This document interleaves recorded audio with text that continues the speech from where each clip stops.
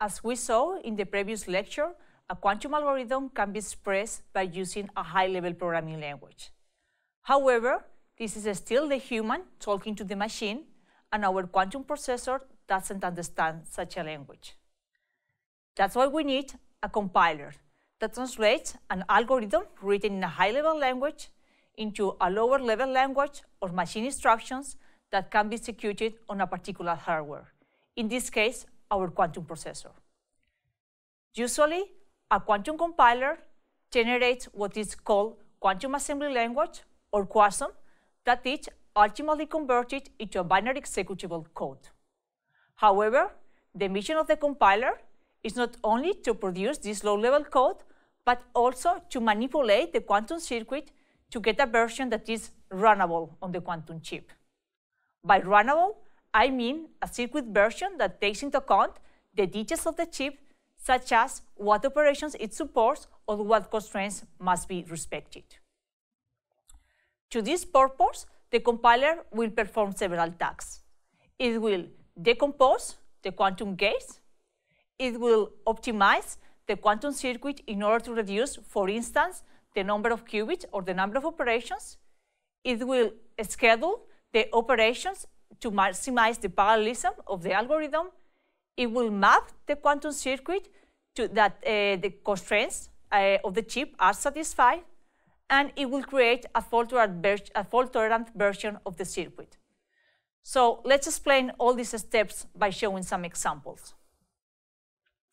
As mentioned, one of the tasks of the compiler is decomposition. Any unitary gate, single qubit or multi-qubit gate, needs to be decomposed into a reduced and discrete set of gates that are universal. One of the most popular fault-tolerant universal set is called Clifford T. That includes, for example, the Hadamard, C0, S, and T gates.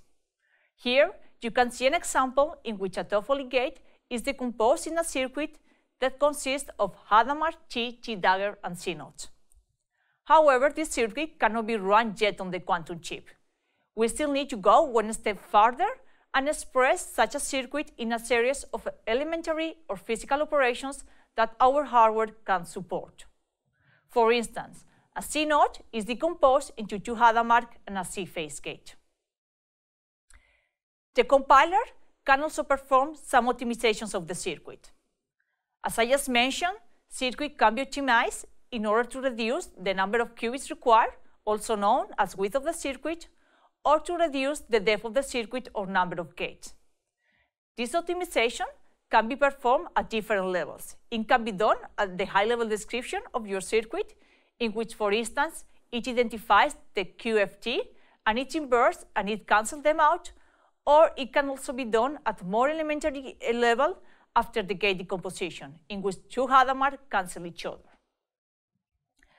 Another function of the compiler is the scheduling of operations, and this is crucial when the target platform is your quantum chip. Minimizing the circuit latency or execution time of the circuit helps to reduce the potential of having errors during computation. In order to schedule the quantum operations, a quantum instruction dependency graph is built. In this graph, the circuits represent instructions or operations, and the edges represent the dependency between them. Based on this graph, different schedule techniques can be used, such as soon as possible or as late as possible. In our example, the operations have been scheduled using an as soon as possible technique, and this is the resulting circuit and the corresponding instructions.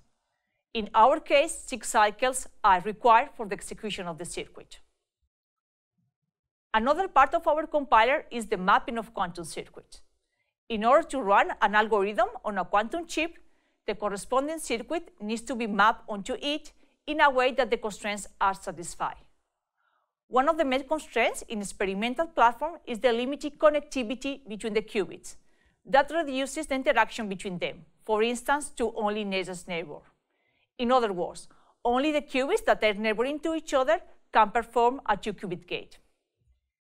Here, you can see an example of a simplified layout of a 7-qubit chip. Each circle represents a qubit, and each arrow the possible interactions between them. Now the question is, where are the qubits in my circuit that we call virtual qubits placed in our quantum chip? Or in other words, what virtual qubits correspond to what physical qubit?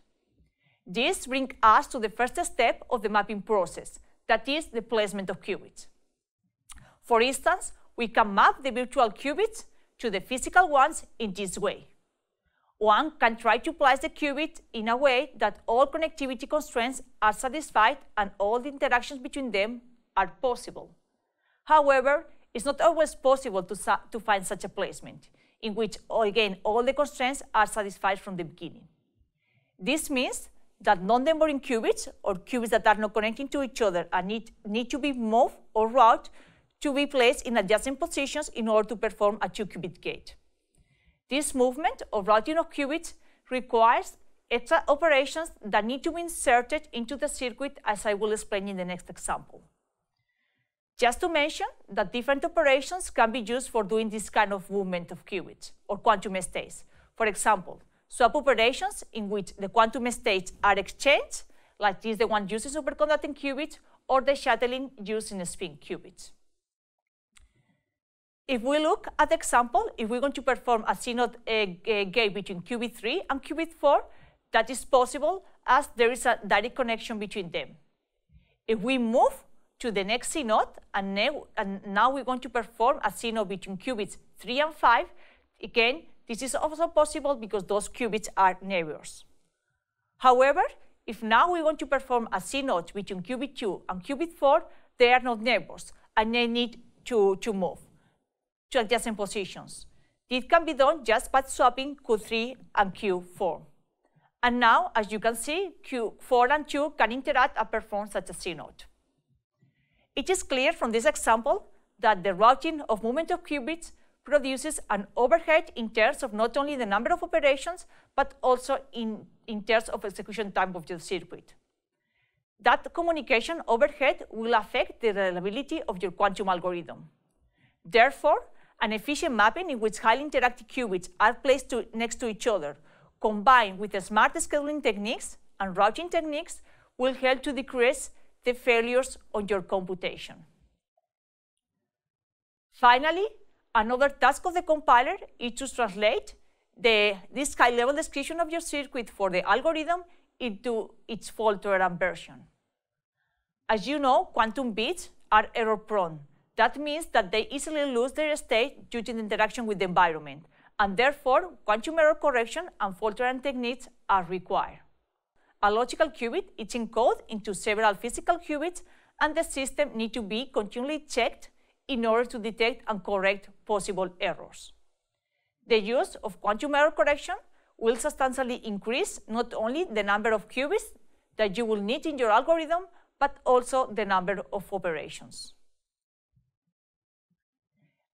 As it was mentioned in the first part of this lecture, there are several compilers for quantum computers, such as Project Q from ETH Zurich, SCAPCC from Chicago University, Liquid from Microsoft, and our OpenQL compiler that has been developed here at QTech.